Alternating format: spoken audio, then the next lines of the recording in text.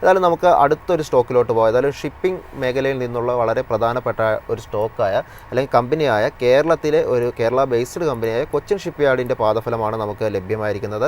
ഏതായാലും കൊച്ചിൻ ഷിപ്പ്യാർഡിനെ സംബന്ധിച്ച് എടുത്തു പറയേണ്ടത് വരുമാനത്തിൽ ഇത്തവണ ഒരു കുത്തനെ ഒരു ഉയർച്ച രേഖപ്പെടുത്താൻ കൊച്ചിൻ ഷിപ്പ്യാർഡിന് സാധിച്ചിട്ടുണ്ട്. വരുമാനം 38.5% ഉയർന്ന് 1069 കോടിയാണ് രേഖപ്പെടുത്തിയിരിക്കുന്നത്. ലാഭത്തിൽ 7.8% ഉയർച്ചയിൽ 189 കോടിയാണ് രേഖപ്പെടുത്തിയിരിക്കുന്നത്. എന്നാൽ എബിറ്റ നോക്കുമ്പോൾ 36.1% കുറവിൽ 241 കോടിയാണ് രേഖപ്പെടുത്തിയതായിട്ട് നമുക്ക് കാണാൻ സാധിക്കുന്നത്. കൊച്ചിൻ ഷിപ്പ്യാർഡിനെ സംബന്ധിച്ച് ഇപ്പോഴൊരു ടെക്നിക്കൽ വ്യൂ നോക്കുമ്പോൾ ഏതൊക്കെ ലെവലുകളാണ് വാച്ച് ചെയ്യേണ്ടത്?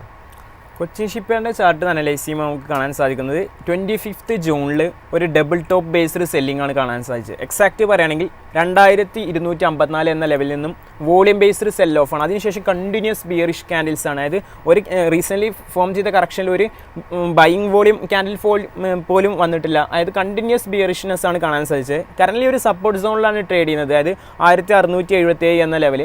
എന്നിരുന്നാൽ പോലും അത്ര സ്ട്രോങ് ടെക്നിക്കൽ സ്റ്റേറ്റിലല്ല കൊച്ചിൻ ഷിപ്പ്യാർഡ്. കൊച്ചിൻ ഷിപ്പ്യാർഡിനെ കുറിച്ച് പറയുമ്പോൾ നമുക്ക് അതുപോലെ തന്നെ നിഫ്റ്റി ഡിഫൻസിൻ്റെ ചാർട്ടും കൂടി അനലൈസ് ചെയ്യാം. ഈ ഒരു സ്റ്റോക്കിൽ ഡിഫൻസ് മേഖലയിലും ഈ ഒരു ലെവലിൽ നിന്ന് ഡബിൾ ടോപ്പ് ബേസ്ഡ്, അതായത് വീക്ക് പാറ്റേൺ ആണ് ഫോളോ ചെയ്തിട്ടുള്ളത്. 9157 എന്ന ലെവൽ ഹൈ റിജക്ഷൻ സോണായി ഈ മേഖലയിൽ ആക്ട് ചെയ്തിട്ടുണ്ട്.